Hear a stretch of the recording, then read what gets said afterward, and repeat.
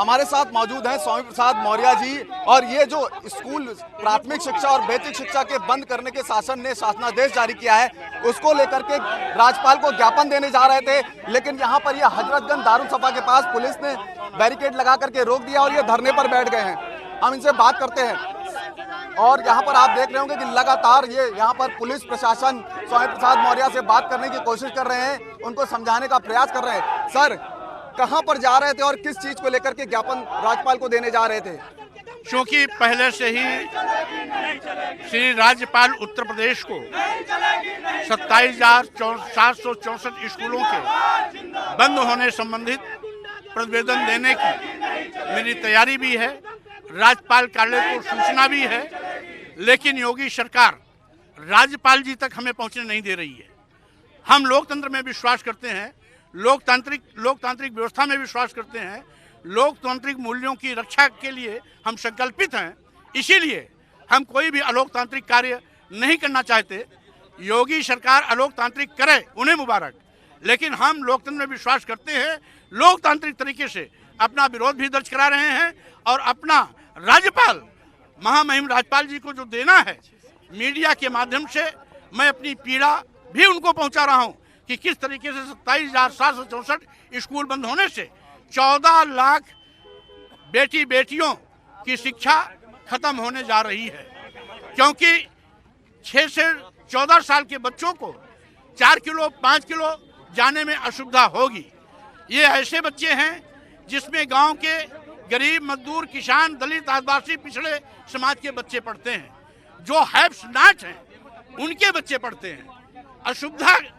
असुविधा उनके सामने है, अभाव उनके सामने है, और उनके बच्चों की शिक्षा ये सरकार खत्म करने पे मादा है। इसलिए मेरा अनुरोध है, 27,464 स्कूल बंद करने का जो 16 जून का 2025 का शासनादेश है, उसे वापस लें। साथ ही साथ उसको वापस लें, इन स्कूलों को निर्बाध गति से आगे बढ़ावें। आवश्यकता है कक्षा वार अध्यापकों की, जो आवश्यकता है 12,70,000 के लगभग है।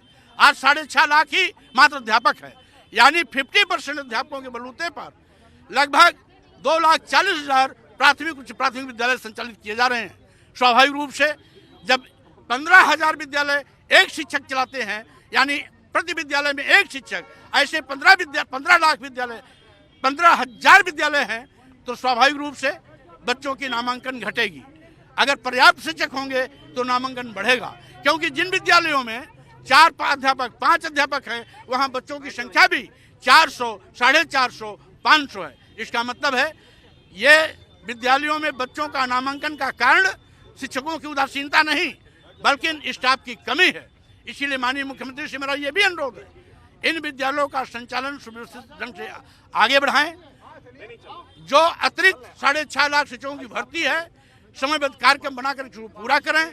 साथ ही साथ जो शिक्षा मित्र हैं, अनुदेशक हैं, उनको नियमित करें, और जो रसोइया बड़े पैमाने पर सेवा से वंचित हो रहे हैं, उनकी सेवा का भी ख्याल करते हुए सरकार को ध्यान देना चाहिए।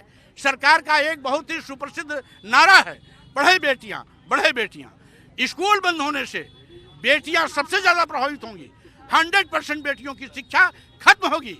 इसका मतलब है योगी सरकार अपने ही पार्टी के द्वारा दिए गए नारे को पलट रही है, ठीक उसके विपरीत आचरण कर रही है, जो न व्यवहारिक है और न ही संवैधानिक है। संविधान की व्यवस्था भी है कि 6 साल से 14 साल के बच्चों की निःशुल्क एवं अनिवार्य शिक्षा देना सरकारों की जवाबदेही है।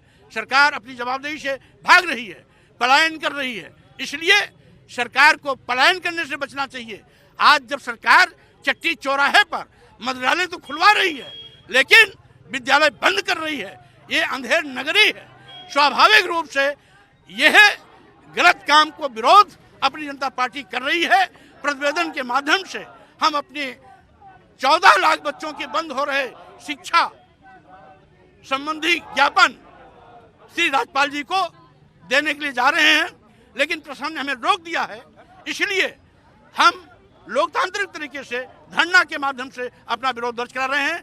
हमें जानकारी मिली है, कोई अधिकारी आए भी हैं जो प्रतिवेदन लेकर राज्यपाल जी तक पहुंचाएंगे।